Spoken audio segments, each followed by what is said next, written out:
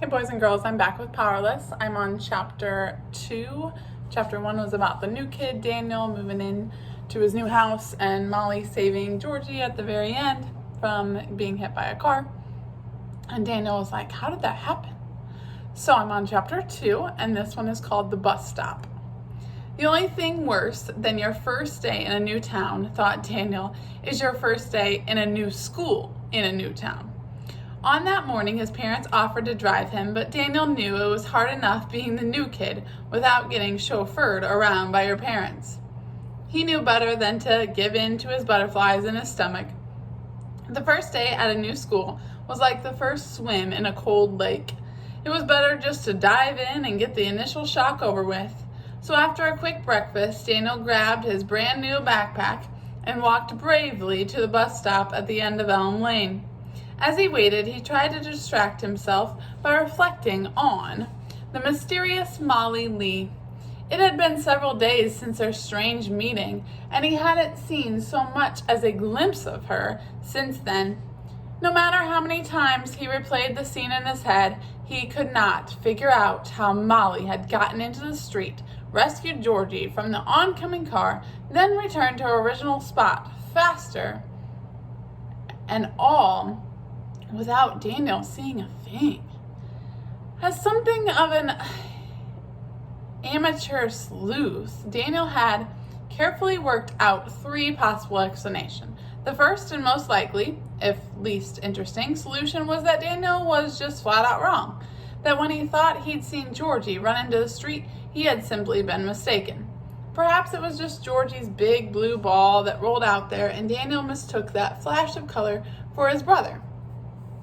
The only problem with that was that Daniel had clearly seen Georgie run into the street, which brought Daniel to the next and somewhat more interesting possibility. He was going insane. Perhaps he had contracted some kind of rare topical brain fever, like in the Sherlock Holmes story, The Adventure of the Dying Detective, and now he was seeing things. The upside of brain fever would be that you probably got to miss a lot of school. But the downside was, well, you had brain fever. That couldn't be all that fun.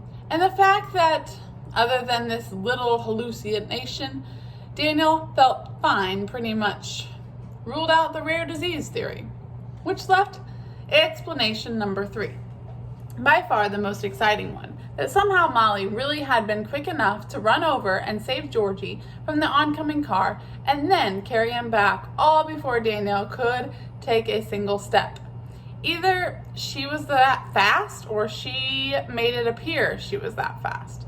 Perhaps Daniel was the victim of some kind of crazy practical joke. In the Holmes story, anything that defied explanation or seemed in some way supernatural was always a hoax. Whatever the reason, all the evidence told him there was something very interesting about Molly. Not the least of which was the sight of her standing right in front of him. He'd been so wrapped up in his own thoughts that he hadn't even seen her approach. Some detective. Molly looked to be wearing the same pair of dirty jeans as before, though Daniel suspected that all of her jeans looked that way, since she didn't seem the type to let a good pair of jeans go undirtied. Standing next to her was a small boy, about their age, but a good several inches shorter. He was wearing a thick pair of glasses and a little boy-sized tie. In stark contrast to Molly, the way this boy was dressed reminded Daniel more of a tiny adult than a kid. Molly nudged the boy in his ribs. "Rowan, look it's the new kid I told you about." The short boy stared at Daniel, squinting at him from behind bottle-thick lenses. Daniel waved at them. Rowan looked back at Molly. "Seems perfectly nice to me." "I liked his brother better," she said. "I thought you said his brother was like 2 years old." "Yep," she answered. "Exactly." Daniel found this talking about him as if he wasn't there thing very unsettling. "Daniel?" he said. "Excuse me?" asked Rohan. "Daniel. My name's Daniel, not new kid." "Whatever," Molly smirked. "Oh," said Rohan, blinking. "Of course. Pleased to meet you, Daniel."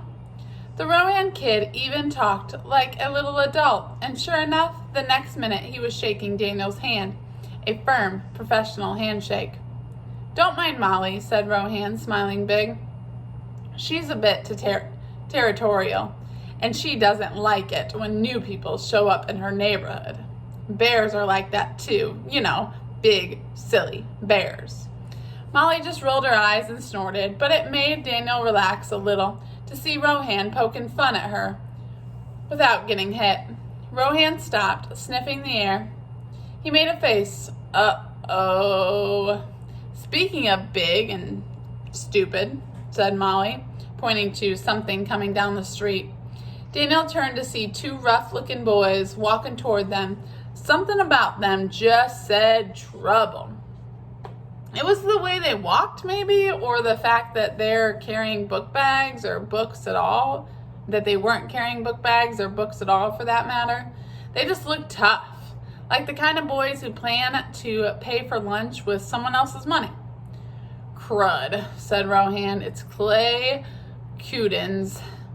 He and Bud must have missed the bus and decided to hike it up here to our stop. Or they just decided to start their day off with a little fun," said Molly. "Watch yourself around these two, new kid." "Yeah," echoed Rohan. "Same goes for all of us." For some reason, Rohan had put on a nose clip, the kind that you wear when you go swimming. Daniel had never seen a sillier sight than little Rohan standing there wearing a tie and a nose clip. But he didn't have the time to comment on it because Clay and Bud were upon them. "Well, looky here. It's Molly and her girlfriend Rohan," shouted one of the boys. Physically, he was the skinnier of the two, but something in the look of his eyes said that he was definitely the meaner one. He was wearing a concert t-shirt decorated with skulls and decapitated bodies. His enormous friend's shirt was plain except for the word Bud, which was stenciled unevenly on the front of the shirt. Daniel heard Rohan whispering to Molly, "Just ignore them, Moll." But Molly didn't look as if she was about to just go along with Rohan's plan. Daniel could practically hear her teeth grinding together. "Aw, yeah, Clay," said Bud. "Rohan is Molly's girlfriend because Rohan is such a girl." "Good one, man." Bud's arms were a little too thick and his head was a little too small. He looked like a bald ape with a Twinkies problem. Then there was the smell. This Bud character stank. At first, Daniel wondered if there was some kind of roadkill nearby or perhaps an open sewer, but before long he realized that the stink was coming off of Bud. The kid had a stench that went away beyond regular body odor. It smelled like rotten garbage. If you buried it in a pile of raw fish, then left it out in the sun in the summer, somewhere in the land of stink, Rohan and Molly were openly covering their noses. Daniel now wished he had a ridiculous-looking nose clip of his own. Even Clay seemed to have all that he could take of his friend's smell. "Yo, Bud, stand downwind, man. You're gonna make me lose my breakfast," said Clay. "Sorry, dude. It gets worse when I get excited," said Bud, as he stepped back a few feet from the rest of them. "So," said Clay, sizing up Daniel, "who's this?" Daniel's legs turned soft and jelly-like as Clay's beady eyes focused on him. It was like being looked at by a strange, mangy dog. You don't trust it, and you don't dare turn your back on it. So you just stand there, frozen. Daniel had once read that when facing a wild animal, you should never show fear because animals can smell weakness, and it only makes them hungrier.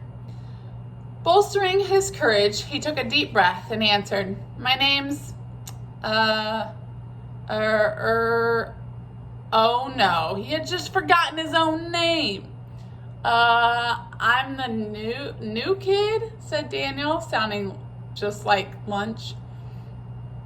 "His name's Daniel," answered Molly, much to Daniel's surprise.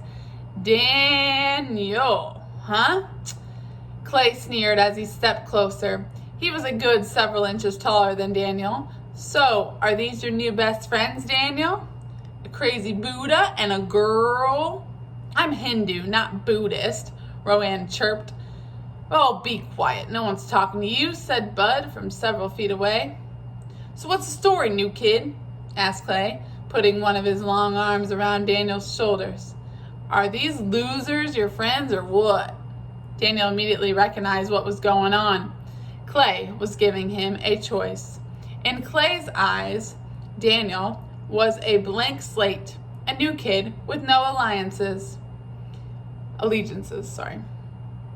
He could become friends with anyone, with Rohan, Molly, a couple of bullies like Clay and Bud. Trouble was, in order to befriend a bully, you had to become a bully.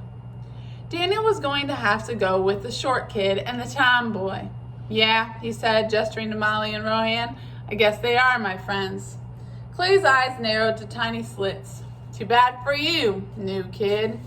He said, just for that, I think I'll take that nice new backpack you're wearing. I left mine at home. Clay gave Daniel's backpack a little tug. Daniel held firm. He knew he wasn't a match for these two, but that didn't mean he was going to give in easily. Come on, new kid, said Bud, leering. You don't want to get hurt, do you? Still, Daniel wouldn't let go. He wasn't a fighter, but if he gave up now, these two would hound him for the rest of the year. Daniel had no intention of being marked as an easy target.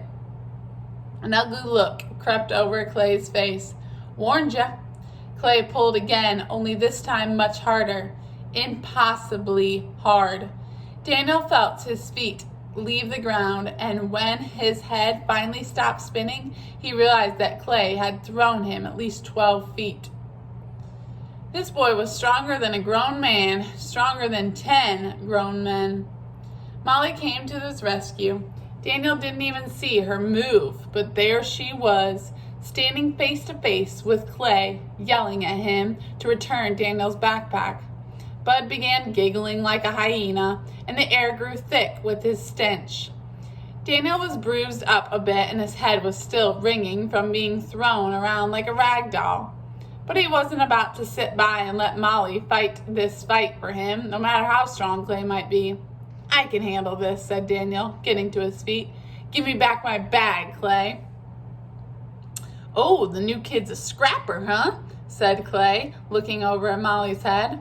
Okay, tell you what. If you can take this backpack from me, you can have it. I'll even let you have the first punch. Bud, grab him one of those rocks. Bud reached down and picked up the first size rock from the side of the road, a fist-size rock. Daniel swallowed hard. A rock like that could seriously hurt someone, or worse. Give it to him, said Clay. Bud tossed the rock to Daniel, who caught it awkwardly with both hands. What was this kid up to? Was he crazy? Okay, give me your best shot. Daniel hesitated, staring at the heavy rock in his hand. Come on, Daniel. I've even given you a weapon. Hit me as hard as you can. Daniel felt sick to his stomach as Clay smiled a wicked smile. Of course, then it'll be my turn, said Clay, but I promise I'll only use my fist. This was turning very serious. That's enough, Clay, shouted Molly. This is none of your business, Molly, answered Clay evenly. It's between me and Daniel here. I'm making it my business, said Molly through clenched teeth. He lives in my block, so I'm going to look out for him. Give me his backpack now. Clay paused. There was a flash of something almost like worry across his face, and Bud was no longer laughing. Then Clay spat on the ground in front of Molly. Fine. You want to get into it too? I've been waiting for this day for a long time. Let's see just how fast you are, little girl. Clay took a step forward and balled his hands into fist. Molly stood firm, but Daniel could see the fear in her eyes. There had to be some way to stop this. It was Rohan who broke it up. He stepped between the two of them and tapped Clay on the arm. Rohan calmly looked up at the towering Clay and said, Clay, if you hurt Molly, Eric will hear about it. You know he will. Are you prepared to get into it with Eric, too? Clay glared down at Rohan. His face was red with anger and the veins in his temple ready to burst. He looked as if he wanted nothing more than to smash everything in sight, but he didn't. Instead, he put his fist down, tossed Daniel his backpack, and cursed underneath his breath. Have it your way, he said, but no one stays a kid forever, not even Eric. I promise you, very soon things in this town are going to change. Then you'll all get what's coming to you. You too, new kid. Congrats, you just made my enemies list. With that, Clay stalked off down the road. Bud looked around anxiously and called, But Clay, we'll miss the bus again. It's the last stop and we'll miss school. Dude, my mom will kill me. Clay kept walking, saying nothing. Bud stood there for a few more seconds before chasing after him, taking the cloud of foulness with him. Molly and Rohan watched them go in silence. Daniel wanted to shout or laugh or something, but the other two seemed so deep in thought, so full of worry, that he didn't say anything. He just waited for the bus with his new friends, a million questions swirling around in his head. Okay, you just met two more characters, Clay and Bud. That's the end of chapter 2.